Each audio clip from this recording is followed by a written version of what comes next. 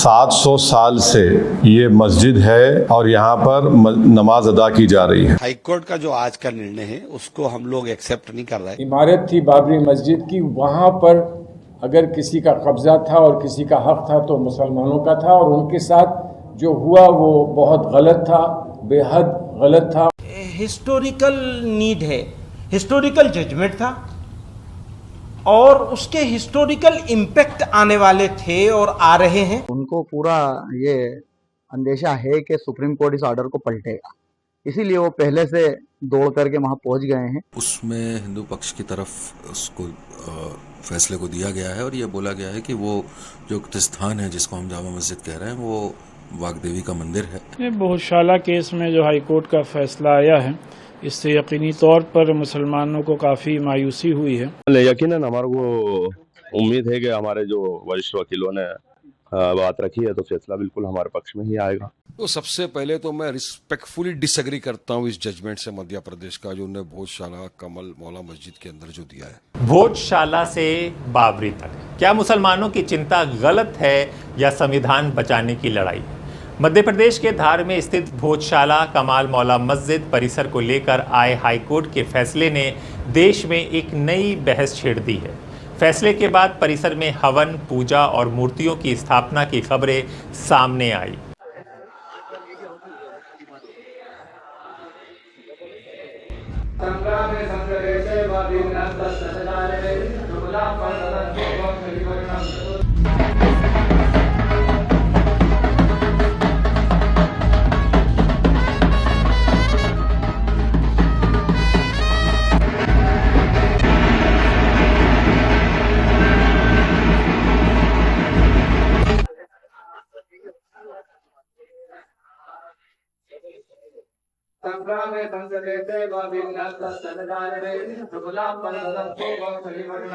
मुस्लिम पक्ष इस फैसले को केवल एक इमारत का फैसला नहीं बल्कि भारत के संवैधानिक ढांचे, धार्मिक अधिकारों और प्लेसेस ऑफ वर्शिप एक्ट 1991 की भावनाओं पर बड़ा सवाल मान रहा है। नमस्कार, मेरा नाम हैदर अब्बास नकवी है और आप लोग मुझको इस वक्त दा स्वतंत्र पर देख रहे हैं। आज की खबर में समझिए कि आखिर मुस्लिम पक्ष क्यों कह रहा है कि कमाल मौला मस्जिद के मामले में उनकी चिंता जायज़ है और क्यों उन्हें डर है कि बाबरी मस्जिद के बाद अब नए विवादों का दौर शुरू हो सकता है। बाबरी मस्जिद फैसले की परछाई अब भोजशाला पर। जी हाँ, बाबरी मस्जिद मामले में सुप्रीम कोर्ट के फैसले के बाद कई संवैधानिक एक्सपर्ट्स ने चेतावनी दी थी कि ये निर्णय भविष्य में नए धार्मिक विवादों को जन्म दे सकता है। AIMIM सांसद असदुद्दीन ओवैसी ने उसी समय कहा था कि बाबरी मस्जिद का फैसला आस्था की बुनियाद पर हुआ है और इससे आगे कई नए विवाद पैदा होंगे। तो सबसे पहली बात तो यह है कि 700 साल से ये मस्जिद है और यहाँ पर नमाज अदा की जा रही है। दूसरी बात यह है कि ये क्यों कह रहा हूँ मैं, इसलिए कि ये वक्फ बाय डेडिकेशन है और इसको धार के उस वक्त के अर्सवाइल स्टेट ने इसको मुसलमानों के लिए दिया और वहाँ पर मस्जिद में नमाज पढ़ रहे हैं। दूसरा पॉइंट ये है कि 1904 में कलेक्टर ने इसको रिलिंक्विश किया और वो एक्ट था सेक्शन 4 and 13 ऑफ 1904 एक्ट। तीसरा बात यह है जो आपको समझने की ज़रूरत है, जो हम पे उंगली उठा रहे हैं, धार स्टेट गज़ीट है 1935 का, उसमें ये बताया गया है कि ये जगह मस्जिद है और गवर्नमेंट ने इसको रिलिंक्विश किया, गार्डियनशिप से मुस्लिम कम्युनिटी को दिया और फिर 1985 में ऑफिशियल गज़ीट एंट्री नंबर 62 में उस वक्त के 1954 एक्ट के तहत, वो बंद करो भाई, 1954 एक्ट के तहत ये वक्फ की गज़ीट भी है। पांचवी बात यह है कि ये प्लेसेस ऑफ वर्शिप एक्ट के भी खिलाफ है। 1991 प्लेस ऑफ वर्शिप अब क्या बोलता है सेक्शन 4 उसका, कि जो मस्जिद का, मंदिर का, गुरुद्वारे का या बौद्ध धर्म के जो भी जिस सिख धर्म जो 15 अगस्त 1947 की थी उसको चेंज नहीं किया जा सकता। छठी बात यह है कि ASI का क़ानून है जो ये कहता है कि आप किसी भी प्लेस ऑफ वर्शिप के नेचर और कैरेक्टर को चेंज नहीं कर सकते। अब आप आ जाइए कि अब आपने कहा ASI ने 1951 में और 1952 में ये क्लैरिफिकेशन दे चुकी है कि ये मस्जिद है, और उस वक्त उन्होंने ASI ने रिजेक्ट किया था इसको कि जो वहाँ पर भोज उत्सव मनाना चाहते थे। 51 और 52 का ASI के ऑर्डर है।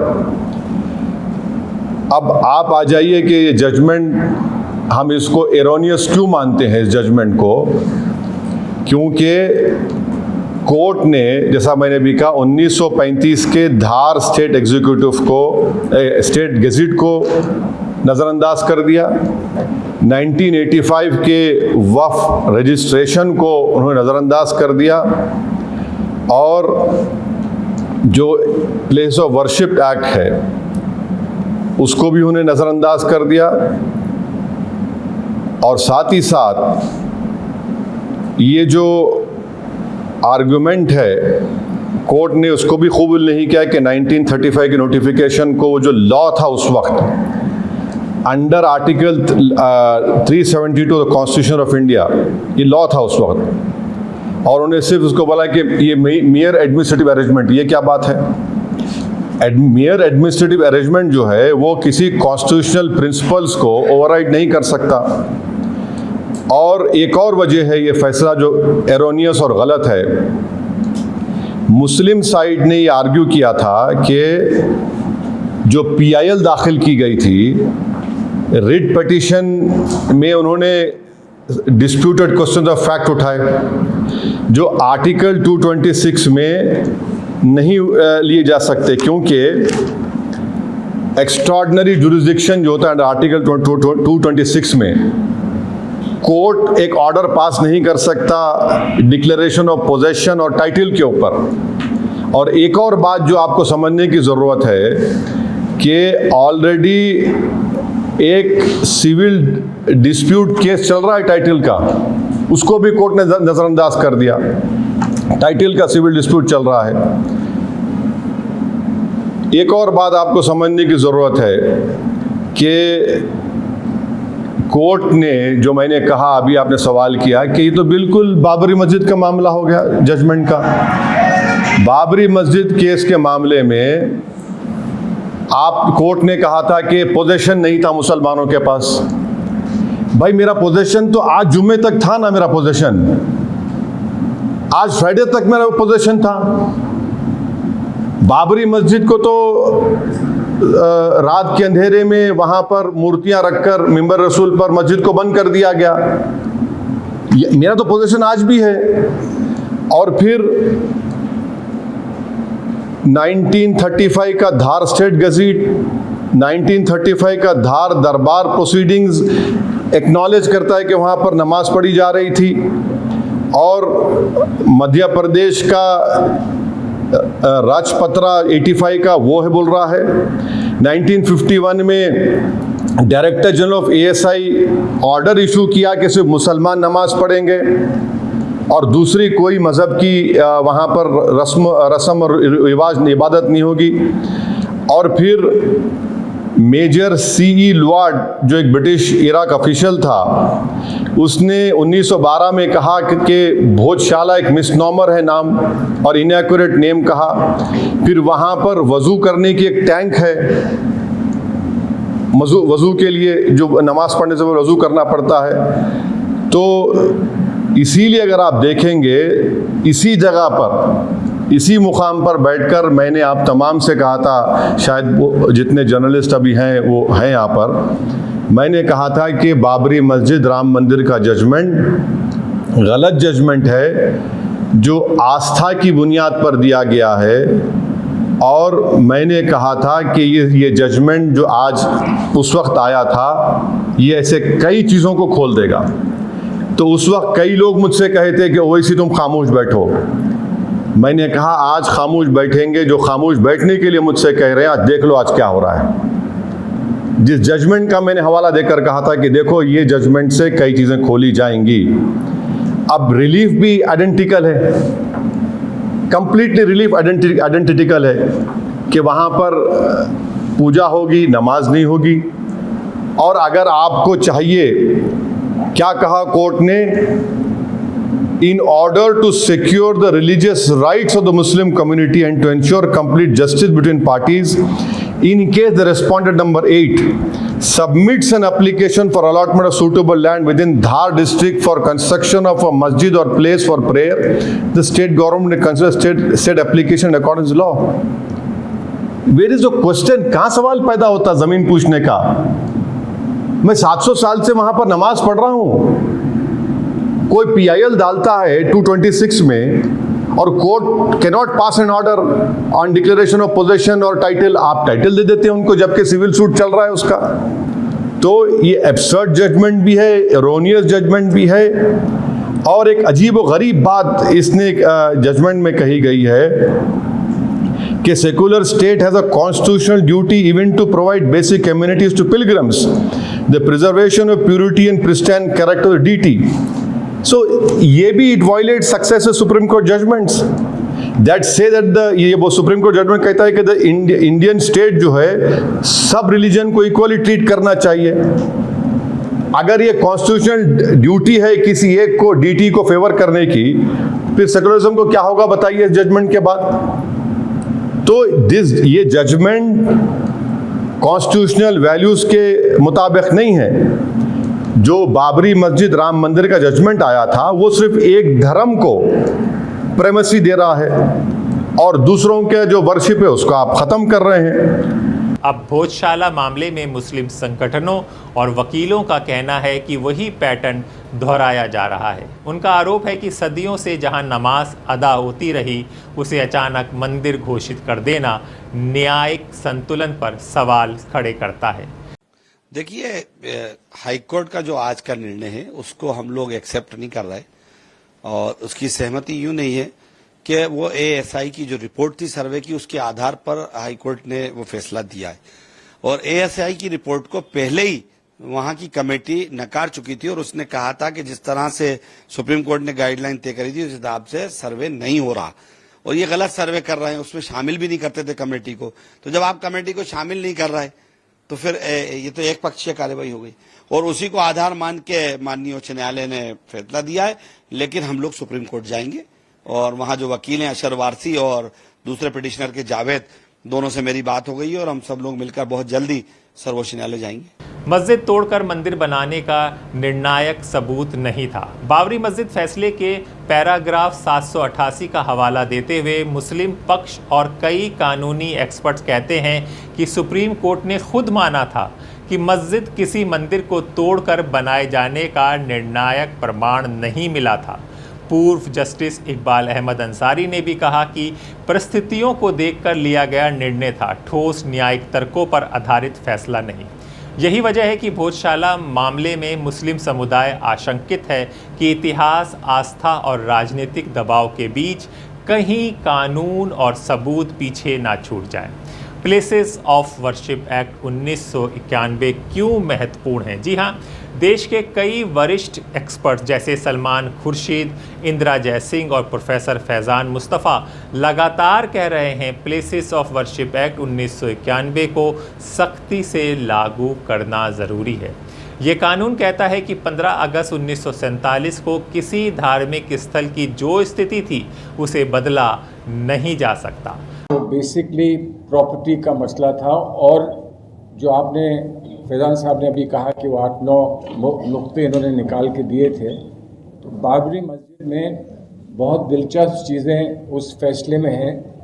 एक तो जो लोग मानते हैं कि जो बिलीवर्स हैं, बिलीवर जजेस, जैसे आपने अभी कहा कि बिलीवर जजेस को शरीक नहीं होना चाहिए। अब नॉन बिलीविंग जजेस कहाँ मिलेंगे? कृष्णा अय्यर कहाँ मिलेंगे? लेकिन उसमें बिलीवर जजेस ने ये फैसला सुनाया कि स्वयं भू की कोई इम्कानात बाबरी मस्जिद की ज़मीन पर से ताल्लुक़ नहीं रखते हैं। ये कहा ज्यूरिस्टिक पर्सनालिटी के ताल्लुक़ से ये कहा कि डेटी की ज्यूरिस्टिक पर्सनालिटी हो सकती है, ज़मीन की ज्यूरिस्टिक पर्सनालिटी नहीं हो सकती है। बहुत दिलचस्प चीज़ें उसमें कही गई हैं जो बिलीवर्स ने कही हैं, और वो एक उम्मीद दिलाता है कि बिलीफ होने के बावजूद इंसाफ के तराजू पर तोलने के लिए लोग बहुत हद तक तैयार रहेंगे। और आखिर में ये बात तो वाज़ेह है, बहुत साफ है कि ये माना गया कि जो इमारत थी बाबरी मस्जिद की, वहाँ पर अगर किसी का कब्ज़ा था और किसी का हक़ था तो मुसलमानों का था, और उनके साथ जो हुआ वो बहुत गलत था, बेहद गलत था। और इसलिए फिर मामले को हल करने के लिए, इसलिए नहीं कि ये कहा गया कि ये प्रॉपर्टी राइट आपका है, मामले को हल करने के लिए एक तजवीज़ निकाली गई कि आप 5 एकड़ ज़मीन ले लें और ये सब दे देते हैं। लेकिन जो मेन रीजनिंग है बाबरी मस्जिद की जजमेंट का, वो रीजनिंग बहुत हद तक हमें सपोर्ट करता है और हमको उससे बड़ी क़ुव्वत मिलती है। लेकिन इसको आप कंपेयर करेंगे, जब आप पढ़ेंगे जो धार का जजमेंट आया है उससे जब आप कंपेयर करेंगे तो धार के जजमेंट में किसी ने टाइटल नहीं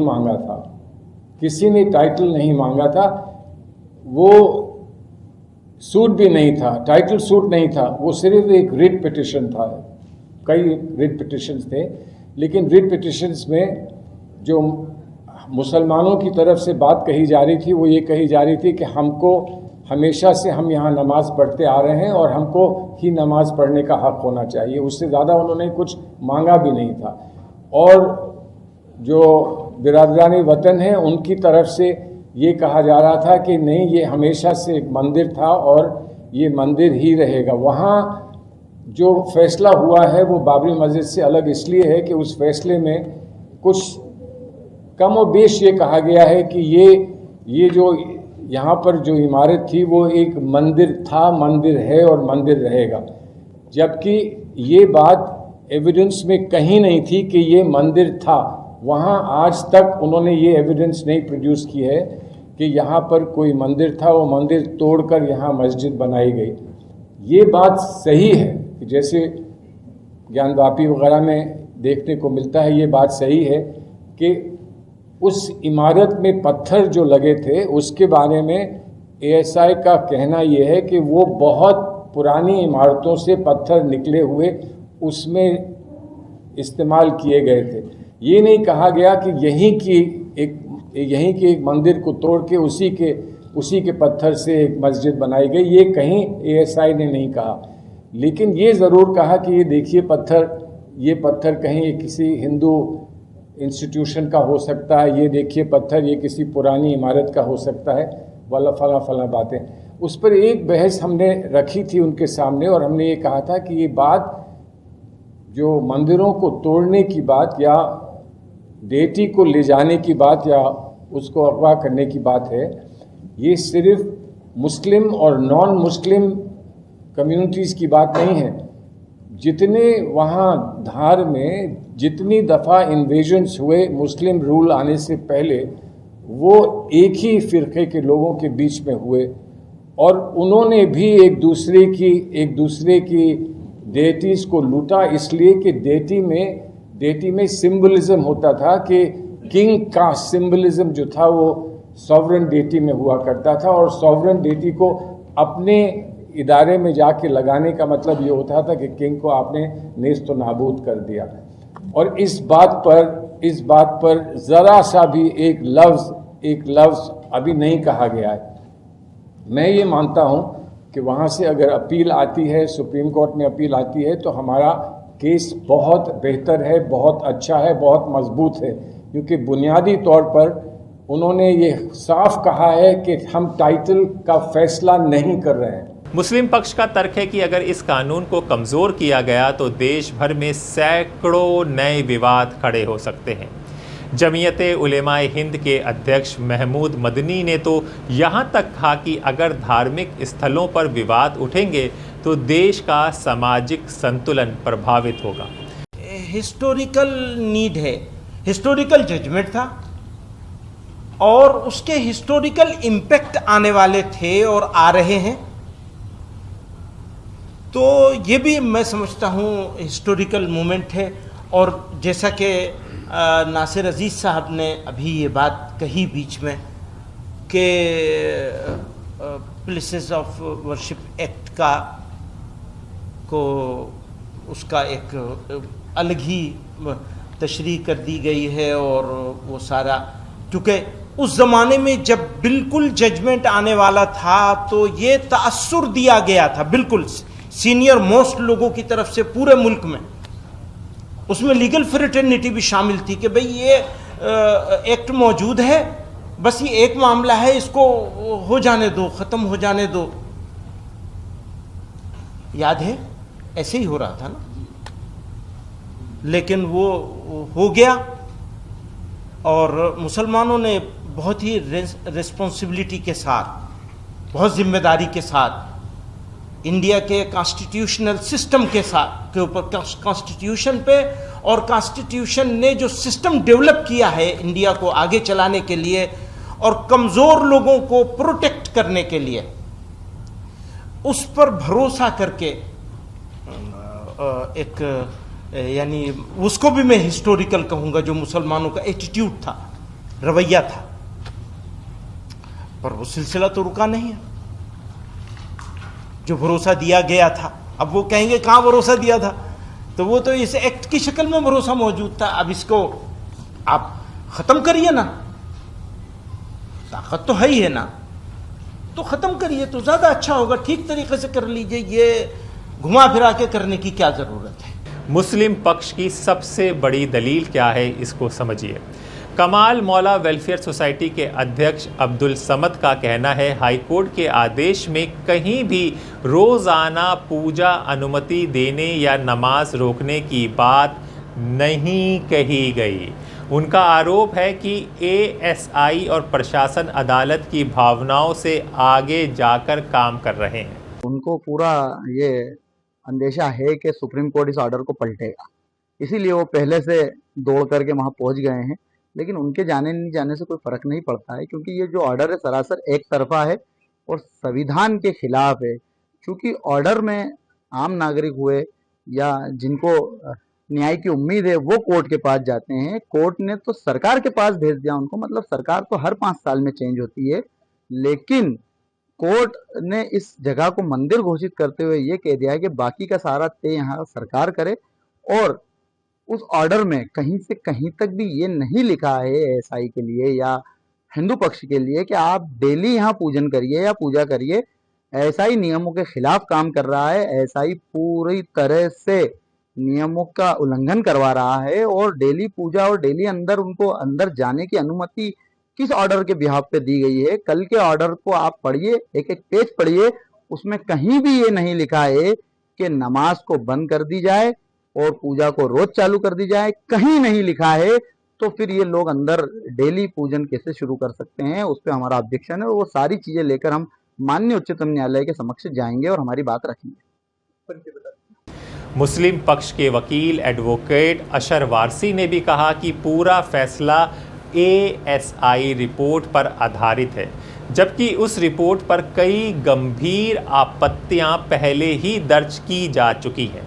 देखिए, आज जो ऑनरेबल कोर्ट ने फैसला दिया है उसमें हिंदू पक्ष की तरफ उसको फैसले को दिया गया है और ये बोला गया है कि वो जो स्थान है जिसको हम जामा मस्जिद कह रहे हैं वो वाग्देवी का मंदिर है और उस पर हिंदू पक्ष का ही स्थापित जो एक क्लेम है वो माना गया है। हालांकि हम इस जजमेंट से सेटिस्फाइड नहीं है, क्योंकि इसमें पूरा एएसआई की रिपोर्ट को ही लेकर ये जजमेंट किया गया था और उसमें कई सारी खामियां हैं उस एएसआई की रिपोर्ट में।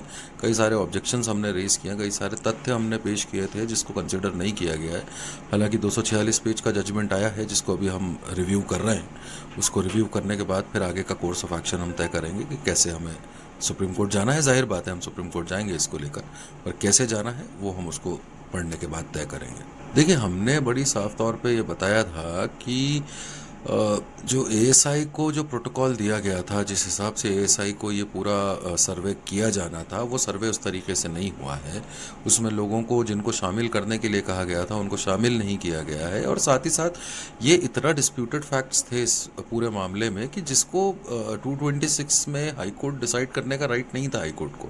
तो इसको हम शुरू दिन से हम ये मांग कर रहे थे कि आप इसको सिविल कोर्ट में भेजिए। धार में एक ऑलरेडी सिविल कोर्ट में हम दावा लगा चुके थे, जिस दावे में जो आज भी है यथावत है वो दावा, उस दावे में हमने मांग करी थी कि उस सारी पार्टीज़ को वहाँ भेजा जाए, वो अपने जवाब दें। इसमें ओरल और डॉक्यूमेंट्री एविडेंसेस किए जाना ज़रूरी हैं, पर ऑनरेबल कोर्ट ने उन सब चीज़ों को कंसिडर ना करते हुए और उसमें जो भी अपना फैसला दिया है, तो हालांकि हमें वो फैसला मतलब हम उसको स्वीकार नहीं करते हैं और हम जाहिर बात है उसको चैलेंज करेंगे सुप्रीम कोर्ट में। कांग्रेस नेता दिग्विजय सिंह ने भी सवाल उठाया कि एएसआई की संरक्षित इमारतें पूजा स्थल नहीं हो सकती और एएसआई रिपोर्ट में मंदिर के निर्णायक प्रमाण नहीं मिले थे। बात यह है, दो पहलू हैं इसके। एक तो भोजशाला मंदिर है या मस्जिद है, ये आर्कियोलॉजिकल सर्वे ऑफ इंडिया की और एएसआई का जो मॉन्यूमेंट प्रोटेक्टेड होता है वहां पूजा स्थल नहीं होता है। इसी के साथ साथ जब उमा भारती जी मुख्यमंत्री थी तो शासकीय वकील उस समय जो थे सुमित्रा महाजन जी के पति, उन्होंने आर्कियोलॉजिकल सर्वे ऑफ इंडिया की रिपोर्ट दी थी, जिसमें इस बात का उल्लेख किया गया था कि भोजशाला में कहीं भी मंदिर होने के प्रमाण नहीं मिले। ये बात है 2004 से 2006 के बीच की। उसका ऑर्डर की कॉपी भी हमारे पास है। आज पूरे देश में जो सांप्रदायिक तनाव का माहौल पैदा किया जा रहा है, उसी का ये महत्वपूर्ण अंग है। तो हाईकोर्ट के फैसले के सहमत नहीं आप जी? तो हाईकोर्ट ने फैसला लिया है, देखिए बात यह है, सहमत नहीं आप। हाईकोर्ट का फैसला इतना वेग है, उसके बारे में अध्ययन किया जा रहा है, और जब तक अध्ययन पूरा ना हो जाए मुझे उस पर कहना मेरा उचित नहीं है।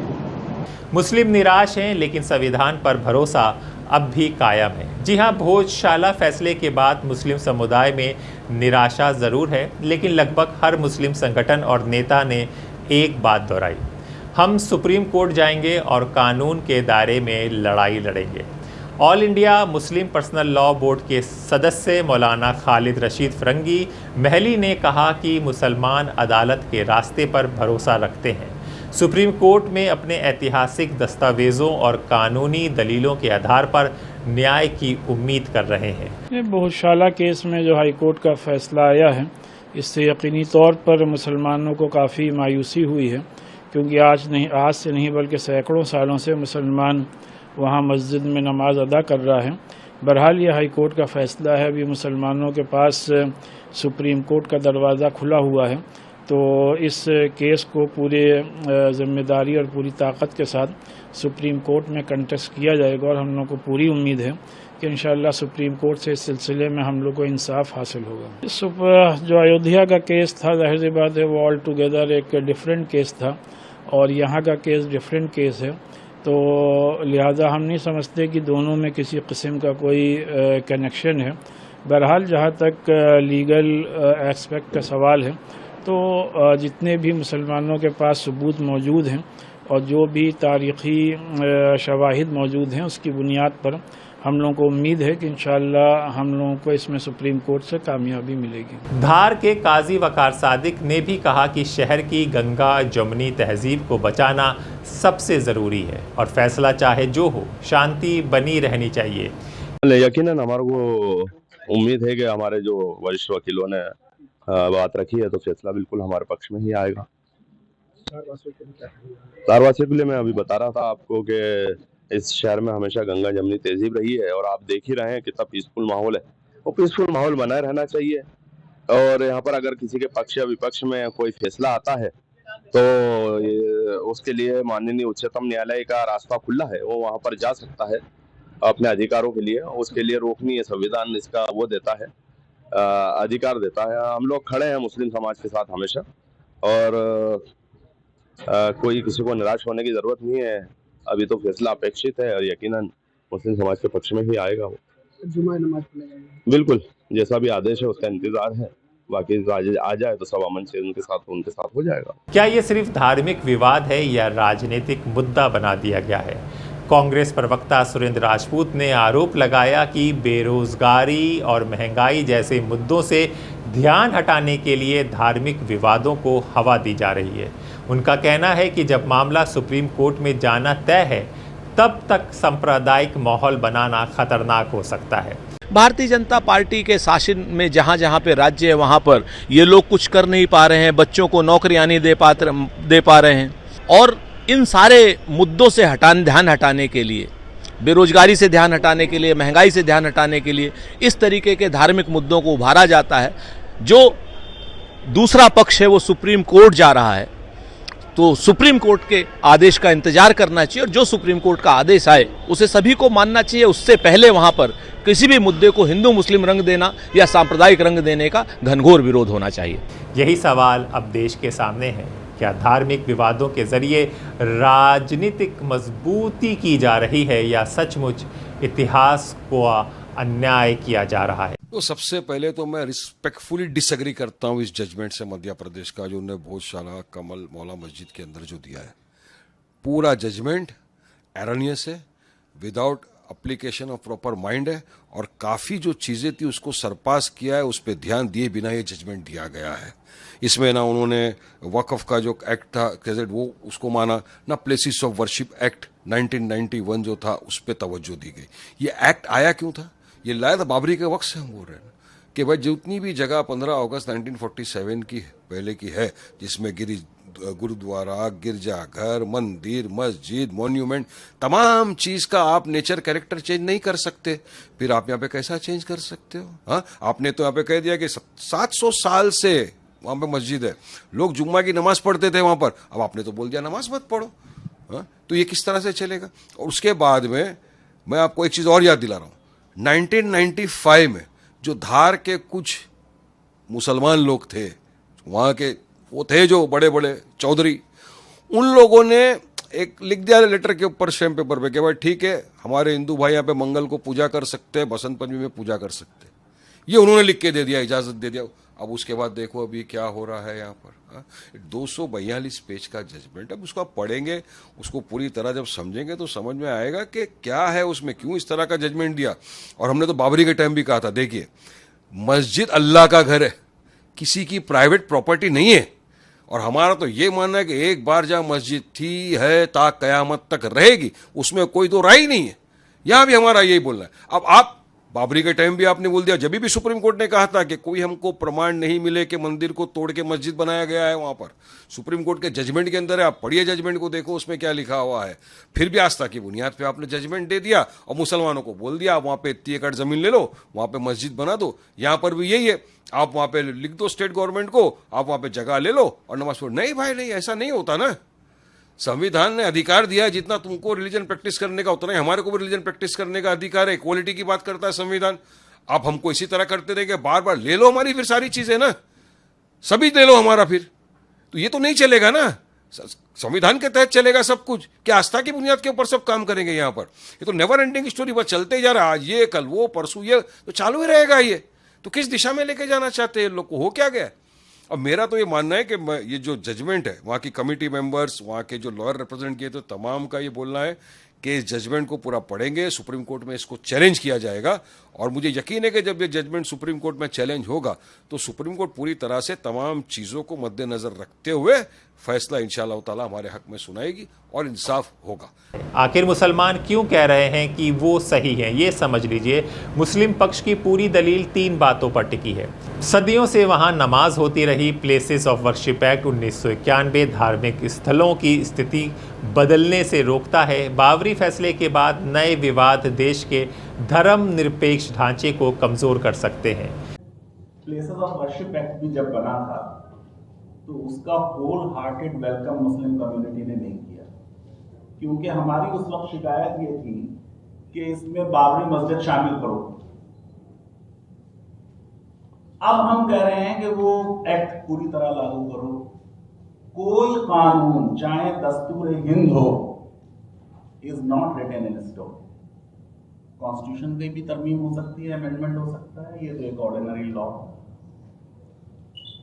मुझे लगता है कि रिपोर्ट की लैंग्वेज इंप्रूव की जा सकती थी। कई जगह पे वो बहुत बॉर्डर कर रही है कंटेम्प्ट ऑफ कोर्ट के, और मैं वो सारी जो इस तरीके की चीज़ें हैं मैं उनसे बिल्कुल एग्री नहीं करता हूँ। हमको थोड़ा उसको डाइल्यूट करके एक एकेडमिक क्रिटिक सुप्रीम कोर्ट के जजमेंट्स का देना चाहिए, ना कि हम कह दें कि साहब कोर्ट ने एब्जॉर्व कर लिया है हिंदुत्व का लॉजिक और वो पॉलिटिकल नरेटिव पे चले गए हैं और वो मुस्लिम आइडेंटिटी के ख़िलाफ़ हो गए हैं। ये इस तरीके के बहुत ही स्वीपिंग स्टेटमेंट्स को कोर्ट में डिफेंड करना भी मुश्किल होगा। बेहतर ये होगा कि हम इसका दूसरा एडिशन निकालें और इस तरह की चीज़ें जो हैं उसमें से हटा दें तो बेहतर है। अब जो बात हो रही है 91 के एक्ट की, देखिए ऐसा है कि कोई भी लॉ बने, उस लॉ की कॉन्स्टिट्यूशनैलिटी सुप्रीम कोर्ट में चैलेंज हो सकती है। तो हम बिल्कुल जो असली मुद्दा है उससे हट जाते हैं।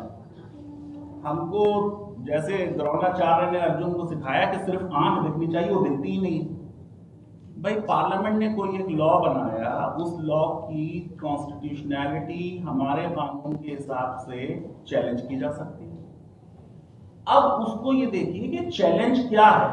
वो ये कह रहे हैं कि ये लॉ जुडिशियल रिव्यू एक्सक्लूड करता है, और जाहिर है कि जुडिशियल रिव्यू बेसिक स्ट्रक्चर है, इसलिए ये इजाजत नहीं दी जा सकती कि जुडिशियल रिव्यू एक्सक्लूड हो। मैं बिल्कुल इस बात से मुत्तफिक हूं कि जो ओरल ऑब्जर्वेशंस उस पर आ गई वो नंबर 1 तो गैर जरूरी थी, नंबर 2 अब खुद जस्टिस चंद्रचूड़ ने मान लिया एक इंटरव्यू में कि भाई मैंने तो ओरल ऑब्जर्वेशन दी थी और वो तो जजमेंट का हिस्सा नहीं है। लेकिन ये कि नीचे की अदालतों ने मथुरा में और काशी में और इधर उधर स्टार्टेड एक्टिंग ऑन दैट। लेकिन जस्टिस चंद्रचूड़ बहुत इंटेलिजेंट जज हैं, सभी बहुत काबिल आदमी हैं। जो उन्होंने बात कही कि साहब कैरेक्टर जो 15 अगस्त 1947 को था वो रहेगा, लेकिन हम ये तो डिटरमिन करेंगे कैरेक्टर क्या था। बस खुल गया राज पूरा। अब वो कैरेक्टर डिटरमिन करने में जो आज भोजशाला वाला मामला है कि 700 साल से तकरीबन वहाँ पर वो मज़ार है उनका, और जी बाबा फरीद गंज शकर के मुरीद थे, लेकिन है वो तो मेरे क्योंकि मैं देख रहा हूँ कि ज़्यादा लोग जो मौजूद हैं वो मुसलमान हैं। वैसे मैं पर्सनली नहीं मानता कि मुस्लिम क्वेश्चन सिर्फ मुसलमानों की प्रॉब्लम है। वो जैसे मिस सिंह ने कहा वो पूरे देश की प्रॉब्लम है। बेसिकली एज सिटीज़न हमारी बात होनी चाहिए, लेकिन एज्यूमिंग के हम जो डिस्कस कर रहे हैं वो मुसलमानों का मुद्दा डिस्कस कर रहे हैं। मुसलमानों का मुद्दा मेरे ख्याल से अब मस्जिद नहीं है। जब अब्राहा ने अटैक किया काबे पे, वो तो कुरान में दर्ज है हिस्टोरिकल फैक्ट, तो हज़रत अब्दुल मुत्तलिब उनके पास चले गए, फिर तुम्हारी फ़ौज के लोगों ने हमारी ये बकरियाँ ले ली हैं, हमारी बकरियाँ वापस कर दो। उसने कहा आप कैसे इंचार्ज हैं, मुतवल्ली हैं काबे के, कि काबा में जाने जा रहा हूँ, आप काबे की फिक्र नहीं कर रहे हैं और आपको अपनी बकरियाँ चाहिए। उनका भाई बकरियाँ मेरी हैं, वो मुझे दे दो, जो काबा जिसका होगा वो निपट लेगा। लेकिन हमने तरह तरह के शेर बना दिए हैं, अपने काबे की हिफाजत तुम्हें खुद करनी है, अब अबाबिलों का लश्कर नहीं आने वाला। एक तो ये वैसे गलत है, नाउमीदी है इसमें, जो कुफ्र है मौलाना बताएंगे।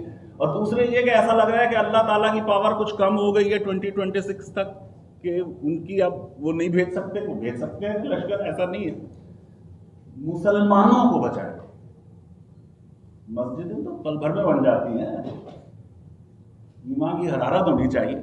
मस्जिद बनने से क्या है, और बहुत नए इनफ हैं और ज़्यादा बन जाएंगी, और क्योंकि मुश्किल हो गया है बनना, लेकिन ये कि उसमें कई राउंड नमाज हो सकती है। जो मुसलमानों के राइट्स हैं दस्तूर हिंद के तहत, उन राइट्स का प्रिजर्वेशन होना चाहिए। रिपोर्ट में कहीं आ गया कि साहब वो टाइटल था और टाइटल के लिए ये 4 आर्गूमेंट है। ये बात फैक्चुअली सही नहीं है। टाइटल तो मांगा ही नहीं आपने, आप तो पोजीशन मांग रहे थे, आपने टाइटल मांगा ही नहीं। आपकी रिकॉर्ड कीपिंग इतनी वीक थी कि हम वक्फ बाय यूजर नहीं साबित कर पाए, और वक्फ बाय यूजर इसलिए साबित नहीं हुआ कि उन्होंने ये कहा, सही या गलत उसमें जजमेंट में बहुत से क्रिटिसिज्म है उसके, वो सारे एकेडमिक क्रिटिसिज्म जो है वो बिल्कुल सही है, इसमें कोई दो राय नहीं।